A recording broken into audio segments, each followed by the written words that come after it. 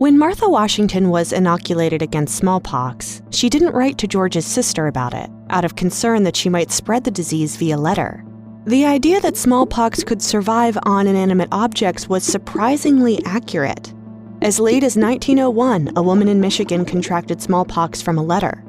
But in 1776, when doctors believed in balancing the four humors and blood tests for antibodies were still 100 years away, General George Washington risked it all to develop the first American public health initiative. Smallpox, which existed for thousands of years, was one of the deadliest diseases in history. It decimated Native American populations when Europeans carried it to North America. Native Americans had no previous exposure or immunity to the disease. Their deaths numbered in the millions by the time the first true vaccine for the disease was developed about 1800. During the American Revolution, disease killed more men than combat. But before that, people in parts of Europe, Asia, and Africa had realized that mild infections of smallpox protected individuals from serious cases later.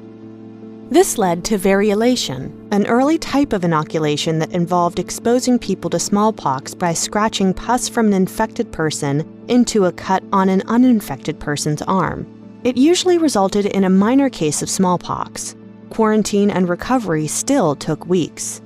Most Europeans were exposed or inoculated at a young age, but many Revolutionary War American soldiers had never traveled outside their rural hometowns and lacked immunity. Plus, many clergy in America were opposed to inoculation. They believed smallpox was a punishment from God for sin. Doctors who performed inoculations risked their lives. Some had to go into hiding.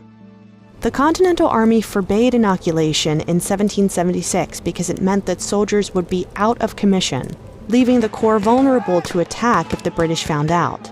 But with death rates skyrocketing in cramped quarters, General Washington made a difficult choice. He had seen the damage in Canada in 1775, with too few men healthy enough to fight. The Continental Army lost the Battle of Quebec. And so in 1777, Washington ordered mass inoculation among the troops.